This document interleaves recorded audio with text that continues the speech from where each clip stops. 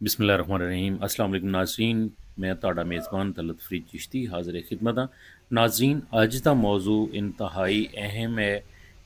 ਘੋੜੇ ਰੱਖਣ ਵਾਲੇ ਔਰ ਜਾਨਵਰ ਪਾਲਣ ਵਾਲੇ ਜਿਹੜੇ ਜ਼ਿਮੀਦਾਰ ਸ਼ਾਇਕੀਨ ਹਜ਼ਰਾਤ ਨੇ ਉਹਨਾਂ ਲਈ ਅੱਜ ਦਾ ਜਿਹੜਾ ਮੌਜੂ ਹੈ ਲੂਸਨ ਦੀ ਬਿਮਾਰੀਆਂ 'ਤੇ ਹੈ ਕਿ ਲੂਸਨ ਦੇ ਵਿੱਚ ਪੱਤੇ ਕਾਲੇ ਹੋ ਜਾਣਾ, ਉਹਦਾ ਦੇਸੀ ਅਤੇ ਅੰਗਰੇਜ਼ੀ ਇਲਾਜ ਕੀ ਹੈ, ਉਹਦੀ ਅਸੀਂ ਬਾਉਂਡਰੀ ਕਿਸ ਤਰ੍ਹਾਂ ਲਾਵਾਂਗੇ ਕਿ ਤੱਲਾ ਨਾ ਆਵੇ, ਔਰ ਉਹਦਾ ਇਸਤੇਮਾਲ ਔਰ ਉਹਦੀ ਕਟਾਈ ਕਿਸ ਤਰ੍ਹਾਂ ਕਰਾਂਗੇ।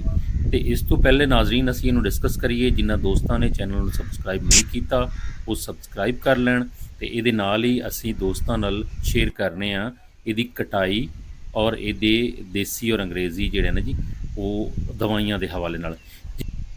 ਜੀ ਨਾਜ਼ਰੀਨ, ਪਹਿਲੀ ਗੱਲ ਤਾਂ ਇਹ ਕਿ ਸਾਰੇ ਦੋਸਤ 8 kg ਫੀ ਏਕੜ ਲਈ ਜਿਹੜਾ ਨਾ ਜੀ ਲੂਸਨ ਦਾ ਇਸਤੇਮਾਲ ਹੈ, ਯਾਨੀ ਕਿ ਇੱਕ ਕਨਾਲ ਲਈ 1 ਕਿਲੋ।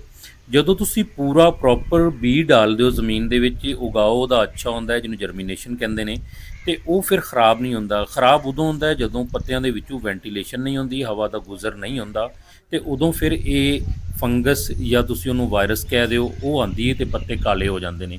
ਅਤੇ ਉਸ ਤੋਂ ਦੂਜਾ ਇਹ ਹੈ ਕਿ ਉੱਪਰ ਮੁਖਤਲਿਫ ਕਿਸਮ ਦੇ ਹਸ਼ਰਾਤ ਆਉਂਦੇ ਨੇ, ਜਿਹਨੂੰ ਅਸੀਂ ਲੇਡੀ ਬਾਗ ਕਹਿੰਦੇ ਆ। ਜਿਹੜਾ ਖੂਬਸੂਰਤ ਹੈ, ਇਹ ਮੁਜ਼ਰ ਸਿਹਤ ਨਹੀਂ ਹੈ ਪੌਦਿਆਂ ਲਈ ਕਿਸੇ ਕਿਸਮ ਦੇ ਵੀ। ਇਹ ਸਨੇਲ ਨੇ। ਸਨੇਲ ਜਿੱਥੇ ਵੀ ਹੋਵੇ, ਜਿਸ ਫਸਲ 'ਤੇ ਵੀ ਹੋਵੇ, ਇਹ ਲੀਵਰ ਟੌਕਸਿਸਿਟੀ ਕਰਦਾ ਹੈ, ਲੀਵਰ ਫਲੂਕ ਦਾ ਕਾਜ਼ ਬਣਦਾ ਹੈ, ਅਤੇ ਇਹ ਲੀਵਰ ਦੀ ਬਿਮਾਰੀਆਂ ਪੈਦਾ ਕਰਦਾ ਹੈ ਜਾਨਵਰ ਦੇ ਵਿੱਚ, ਜਿਹੜੀਆਂ ਕਿ ਇੰਤਹਾਈ ਨੁਕਸਾਨਦੇਹ ਹੁੰਦੀਆਂ ਨੇ। ਨਾਜ਼ਰੀਨ, ਇਹਦੇ ਵਿੱਚ ਹਵਾ ਦਾ ਗੁਜ਼ਰ ਤੁਸੀਂ ਬੀਜ ਦੇ ਤਨਾਸਬ ਨਾਲ ਅਤੇ ਜ਼ਮੀਨ ਦੀ ਤਿਆਰੀ ਨਾਲ ਹੀ ਬਰਕਰਾਰ ਰੱਖ ਸਕਦੇ ਹੋ, ਔਰ ਜ਼ਮੀਨ ਦੇ ਲੈਵਲ ਨਾਲ। ਜਿੱਥੇ ਪਾਣੀ ਖੜਾ ਨਹੀਂ ਹੋਏਗਾ ਉੱਥੇ ਕਦੀ ਵੀ ਇਹ ਖਰਾਬੀ ਪੈਦਾ ਨਹੀਂ ਹੋਏਗੀ। ਅਤੇ ਦੂਸਰੀ ਗੱਲ ਹੈ ਕਿ ਸਨੇਲ ਦਾ ਹੋਣਾ, ਇਹਦੇ ਵਿੱਚ ਅੰਗਰੇਜ਼ੀ ਜਿਹੜੀ ਦਵਾਈ ਹੈ, ਅਗਰ ਤੁਸੀਂ ਫਲੱਡ ਕਰਦੇ ਹੋ ਤਾਂ ਉਹ ਸਲਫਰ ਹੈ 80%। ਅਗਰ ਜਰਮਨ ਦਾ ਕਰੋ ਤਾਂ ਉਹਦੀ ਕਾਸਟ ਤੁਹਾਨੂੰ ਫੀ ਏਕੜ ਜਿਹੜੀ ਨੇ ਜੀ 700 ਤੋਂ 800 ਰੁਪਇਆ ਆਏਗੀ। ਅਤੇ ਇਹਦੇ ਨਾਲ ਅਮੋਨੀਅਮ ਸਲਫੇਟ ਅਗਰ ਤੁਸੀਂ ਕਰਦੇ ਹੋ ਕਿ ਉਹ 25 kg ਹੈ, ਉਹਦੇ ਵਿੱਚ ਤੁਸੀਂ 21% ਜਾਂ 24% ਵੀ ਕਰ ਸਕਦੇ ਹੋ। ਇਹਦੀ ਐਵਰੇਜਲੀ ਕਾਸਟ ਤੁਹਾਨੂੰ ਆਏਗੀ 3400 ਤੋਂ 3500 ਰੁਪਇਆ। ਔਰ ਨਾਲ ਇਹ ਤੁਹਾਡੇ ਦੋਸਤਾਂ ਨਾਲ ਸ਼ੇਅਰ ਕਰਦੇ ਜਾਈਏ ਕਿ ਜਦੋਂ ਤੁਸੀਂ ਫਲੱਡ ਕਰਦੇ ਹੋ ਤਾਂ ਫਿਰ 4 ਦਿਨ ਤੋਂ ਬਾਅਦ ਕਟਾਈ ਕਰਨੀ ਹੈ, ਜਾਂ ਸਪਰੇਅ ਕਰ ਦਿਓ ਅਤੇ 4 ਦਿਨ ਤੋਂ ਬਾਅਦ ਇਹਤਿਆਤਨ ਕਟਾਈ ਕਰੋ। ਵੈਸੇ ਤੁਸੀਂ ਯੂਜ਼ ਕਰਨਾ ਚਾਹੋ ਐਮਰਜੈਂਸੀ ਕਰ ਸਕਦੇ ਹੋ, ਲੇਕਿਨ ਇਹਤਿਆਤਨ 4 ਦਿਨ ਤੋਂ ਬਾਅਦ ਕਰੋ। ਅਗਰ ਤੁਸੀਂ ਫਲੱਡ ਨਹੀਂ ਕਰਨਾ ਤਾਂ ਸਪਰੇਅ ਦੀ ਸ਼ਕਲ ਵਿੱਚ ਕਰਨਾ ਹੈ, ਅਤੇ ਫਿਰ ਐਮਾਮੈਕਟਨ 1 ਲੀਟਰ ਔਰ 1 ਲੀਟਰ ਲੈਫਰੋਰੀਨ, ਠੀਕ ਹੈ ਜੀ, ਇਹ 5 ਟੈਂਕੀਆਂ ਹੱਥ ਵਾਲੀਆਂ ਤੁਹਾਡੀਆਂ ਬਣਨਗੀਆਂ, ਅਤੇ ਇਹਦੇ ਤੋਂ ਤੁਹਾਡੀ ਜੀ 1400 ਤੋਂ 1500 ਰੁਪਏ ਜਿਹੜੀ ਨੇ ਜੀ ਇਹਦੀ ਕਾਸਟ ਆਏਗੀ ਤੁਹਾਡੀ। ਬਿਲਕੁਲ ਬਰਸਨ ਦੀ ਤਰ੍ਹਾਂ ਉਹ ਪੌਦਾ ਬਣਾਏਗਾ, ਔਰ ਪੌਦਾ ਬਣਾਉਣ ਦੇ ਨਾਲ ਜਿਹੜਾ ਹੈ ਨਾ ਜੀ ਉਹਦੀ ਜੜ ਵੀ ਮਜ਼ਬੂਤ ਹੋਣੀ ਸ਼ੁਰੂ ਹੋ ਜਾਏਗੀ। 3 ਕਟਾਈਆਂ ਤੱਕ ਉਹਦੀ ਜਿਹੜੀ ਜੜ ਹੈ ਨਾ ਨਾਜ਼ਰੀਨ, ਉਹ ਪੂਰੀ ਔਰ ਮਜ਼ਬੂਤ ਹੋ ਜਾਏਗੀ। ਉਸ ਤੋਂ ਬਾਅਦ ਤੁਸੀਂ ਰਗੜ ਕੇ ਵੱਢੋਗੇ ਤੇ ਇਹ ਜੜਾਂ ਕੋਲੋਂ ਮੁੱਢੋਂ ਫੁੱਟੇਗਾ, ਠੀਕ ਹੈ ਨਾ ਜੀ। ਫਿਰ ਇਹ ਮਰਦਾ ਨਹੀਂ ਹੈ। ਜਿਹੜੇ ਲੋਕ ਹਰ ਸਾਲ ਦੁਬਾਰਾ ਕਾਸ਼ ਕਰਦੇ ਨੇ ਉਹਨਾਂ ਦੇ ਮਸਾਇਲ ਖਤਮ ਹੋ ਜਾਣਗੇ। ਇਹਦੇ ਨਾਲ ਦੂਸਰੀ ਚੀਜ਼ ਦੋਸਤਾਂ ਨਾਲ ਸ਼ੇਅਰ ਕਰਾਂਗੇ ਕਿ ਬਾਉਂਡਰੀ ਤੁਹਾਡੇ ਲੂਸਨ ਦੇ ਵਿੱਚ ਕੁਝ ਦੋਸਤ ਕਹਿੰਦੇ ਨੇ ਕਿ ਜੀ ਤੱਲਾ ਬਹੁਤ ਆ ਗਿਆ, ਤ੍ਰੀੜਾਂ ਵਾਲਾ ਤੱਲਾ ਆ ਗਿਆ ਜੀ, ਫਲਾਂ ਤੱਲਾ ਆ ਗਿਆ।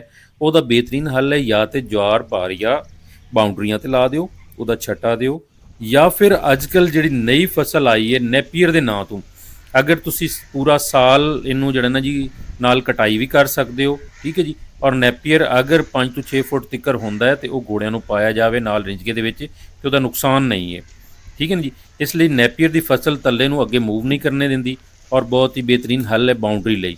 ਥਰਡ ਇਹ ਆ ਗਿਆ ਕਿ ਜਿਸ ਤਰ੍ਹਾਂ ਬਾਰਿਸ਼ਾਂ ਹੋ ਰਹੀਆਂ ਨੇ, ਬਾਰਿਸ਼ਾਂ ਦੇ ਵਿੱਚ ਜਿਤਨੀ ਵੀ ਬੰਨਿਆਂ 'ਤੇ ਜੜੀ ਬੂਟੀਆਂ ਨੇ ਜਿਹੜੀਆਂ ਕਿ ਜਾਨਵਰਾਂ ਲਈ ਸਿਹਤ ਲਈ ਅੱਛੀਆਂ ਨਹੀਂ ਨੇ, ਜਾਂ ਮੂੰਹ ਦਾ ਜ਼ਾਇਕਾ ਚੇਂਜ ਕਰਦੀਆਂ ਨੇ, ਜਾਂ ਰਾਲਾਂ ਵਗਣੀਆਂ ਸ਼ੁਰੂ ਹੋ ਜਾਂਦੀਆਂ ਨੇ, ਇਨਫੈਕਸ਼ਨ ਵਗੈਰਾ ਹੋ ਜਾਂਦੀ ਹੈ, ਉਹਨਾਂ ਨੂੰ ਬਿਹਤਰੀਨ ਹੱਲ ਇਹ ਹੈ ਕਿ ਜਿਸ ਤਰ੍ਹਾਂ ਨਮੀ ਹੈ ਜ਼ਮੀਨ ਦੇ ਵਿੱਚ, ਇਹਨੂੰ ਤੁਸੀਂ ਖੁਦ ਹੱਥਾਂ ਨਾਲ ਤਲਫ ਕਰ ਸਕਦੇ ਹੋ।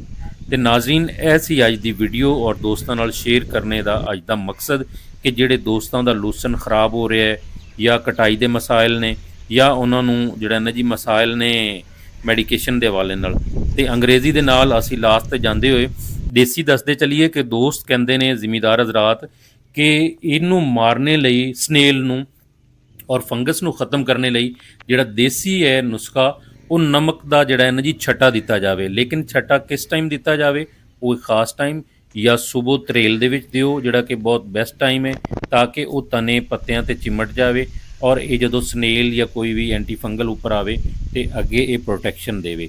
ਜੀ ਨਾਜ਼ਰੀਨ, ਉਮੀਦ ਹੈ ਤੁਹਾਨੂੰ ਅੱਜ ਦੀ ਵੀਡੀਓ ਬਹੁਤ ज़्यादा पसंद आई होगी। कोशिश है कि मज़ीद भी इस तरह की वीडियो बनाइए ਜਿਨ੍ਹਾਂ ਲੋਕਾਂ ਨੇ ਚੈਨਲ ਨੂੰ ਸਬਸਕ੍ਰਾਈਬ ਨਹੀਂ ਕੀਤਾ ਕਾਈਂਡਲੀ ਸਬਸਕ੍ਰਾਈਬ ਕਰੋ ਔਰ ਇਹਦੇ ਨਾਲ ਆਪਣੇ ਰਾਏ ਦਾ ਇਜ਼ਹਾਰ ਵੀ ਕਰੋ। ਇਹਦੇ ਨਾਲ ਹੀ ਇਜਾਜ਼ਤ ਚਾਹਾਂਗੇ। ਅੱਲਾਹ ਤਾਲਾ ਸਭ ਨੂੰ ਆਸਾਨੀਆਂ ਦੇਵੇ और आसानियाँ देने की तकसीम करने की तौफीक देवे। अस्सलामु अलैकुम वरहमतुल्लाहि वबरकातुहू।